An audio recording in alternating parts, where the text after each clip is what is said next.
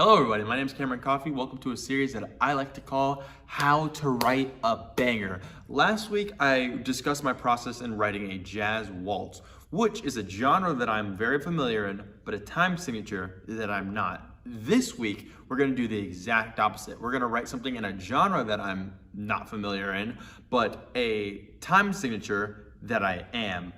And that is going to be called a theme and variations. Now you may ask yourself, what is a theme and variations? Well, a theme and variations is quite explanatory. You play a theme, and then as the piece progresses, there's variations on that theme. And that can present itself in many different ways. One way is being quicker, some ways is adding different subdivisions, and another way is adding different styles. So what we're going to do is we're going to play a theme. I'm going to play it on my trumpet, and I'm just going to improvise the entire piece. Then later on, I'm going to transcribe what I played, and that hopefully will be a good enough theme and variations. The benefit of doing it this way is that I will know that whatever I transcribe will be playable on the horn, versus if I were to write something on the computer or on the piano, and I intend it to be a trumpet theme and variations, I won't know for sure that it's going to be playable, just because there's going to be weird jumps and breaks and movements that I might write when sitting at a computer or sitting at a piano that I wouldn't do on the horn. I will also be able to incorporate some tricks, and ideas that will come much more naturally on the horn than they would on a piano or any type of notation software. So that is my idea for this video. Let's get into it. Okay, this is where the fun begins. Now, since I'm all warmed up, I'm going to just improvise on the trumpet, and I'm going to come up with some ideas, come up with the melody, and then we'll piece that all together later.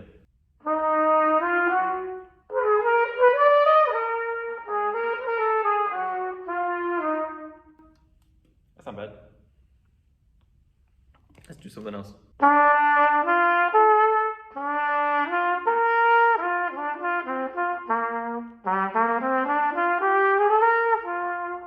Let's do something more sweet.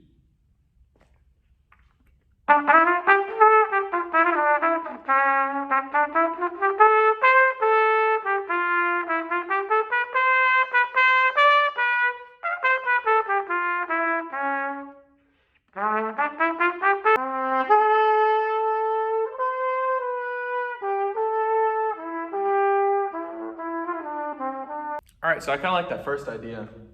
Let's try that.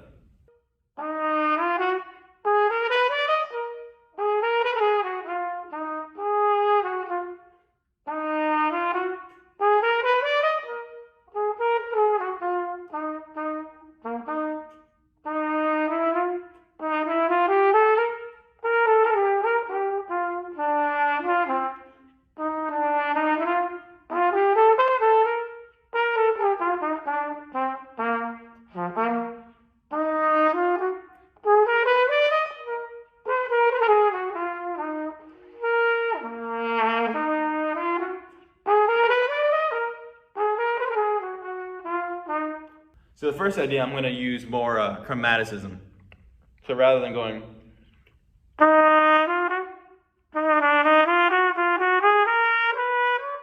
right? And then you see how there's more chromaticism in that. I took this idea and turned it.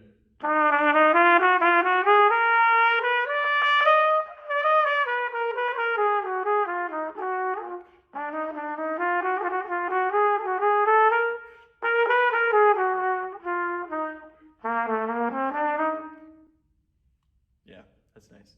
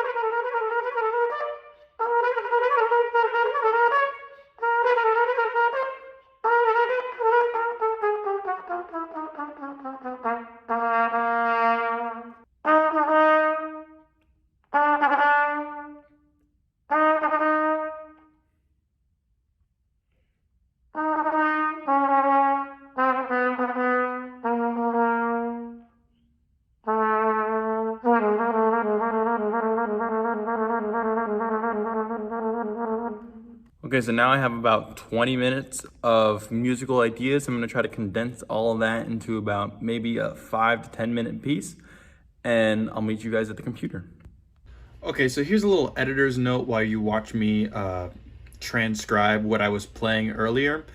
Um, I just want to discuss the pros and cons of writing music this way. So, one of the biggest pros is that the music is coming first. The music is the most important thing when writing music, of course, because that's what you're writing. But when you play the music first, your ideas are coming basically out of the ether rather than basing off of what looks good on paper, right? So, the only limitations are kind of in your mind, or at least one of the only limitations is just your mind. I'll get to what another limitation is later in the cons. So like, for example, there's 5 lines and 4 spaces in Western music theory notation, right? But music is not linear, right? Music has circles and it has triangles and it has, it's got waves. It's sound, right? It's wiggly air. So when you constrict how you are writing music via what's on the page, you're seeing things much more linearly and more dogmatically than you would if you were expressing out of what is coming in here and in here, right? Another reason is that another pro is that form can be manipulated a lot easier, right? So I can stretch cadences and I can squeeze cadences. I can make them longer, I can make them shorter, I can make phrases longer and shorter.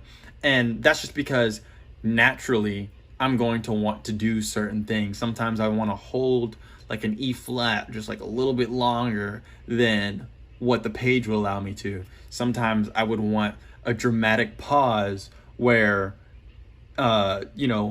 traditional notation says there's only supposed to be 4 beats there, right? And then the last thing is that the instrument is kind of willing the music. So when I'm writing something based off of what I'm playing, the music is kind of coming from the instrument, and it's the horn is going to allow some things to be easier and some things to be harder, which allows the music to kind of come naturally to the trumpet. This kind of moves me into the cons, because while it may be nice that the instrument is leading me in a certain direction, I'm also being limited by the instrument. So if I wanted this really fast passage, I may not be able to do that just because my fingers or my chops just simply can't, right? And that's not always a bad thing. Sometimes less is more, sometimes more is less, right? But that the last thing is that I can fall into the pitfalls of whatever instrument I'm currently playing, right? So I might avoid writing something because it's difficult to play on my instrument, and then that idea is just no longer available to me, right? So that is one way, changing instruments around, playing on a piano, then playing on a trumpet, that might assuage the situation. But the best way to do it is really just being able to sing it, because then you're not limited to any type of notation. Your vocal cords, they are not bound by the 12 notes of Western music tuning, right? Western tuning.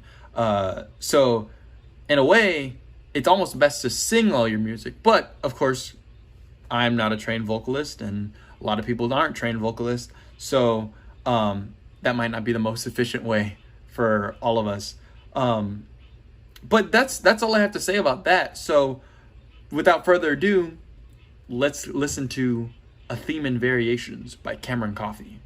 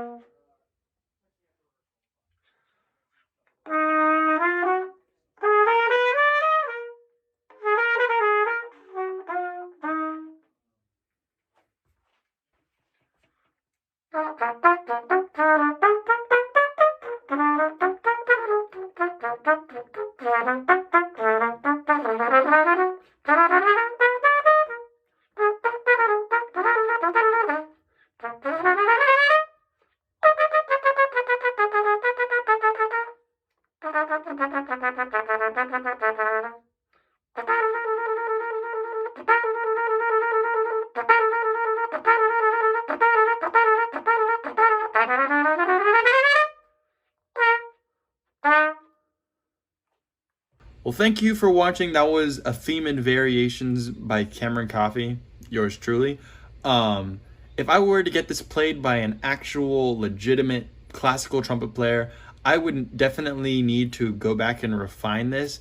I would need to add articulations and dynamics, just because I was doing things that I knew that I wanted it to sound a particular way, but it was not notated anywhere on the paper. And I had somebody who was a much better classical trumpet player than I am came in and was telling me that, like, hey man, you need to add slurs and staccatos where you need them. So anyway, thanks for watching. This is How to Write a Banger, episode 3, I think, at this point. And next time we will do more classical music, but something a bit more exciting. So yeah, don't forget to like and subscribe, ring the bell, leave a comment to let me know what you guys would want me to write. I think eventually I'm going to start branching out into even non-classical music. I kind of want to start writing like rescore movies or make beats. And I have some experience in that aspect. I might do some of that. How to make a trap beat, how to make a hip hop beat. That would be kind of fun. That'd kind of be a nice change of pace. So I might do that next week, and then the following week I might do another more orchestral thing. We'll see how it goes. I'm gonna start posting a bit more. I'm gonna start posting some things that aren't how to write a banger. But this is nice and consistent. This is nice consistency. So anyway, thanks everybody for watching. Stay snazzy.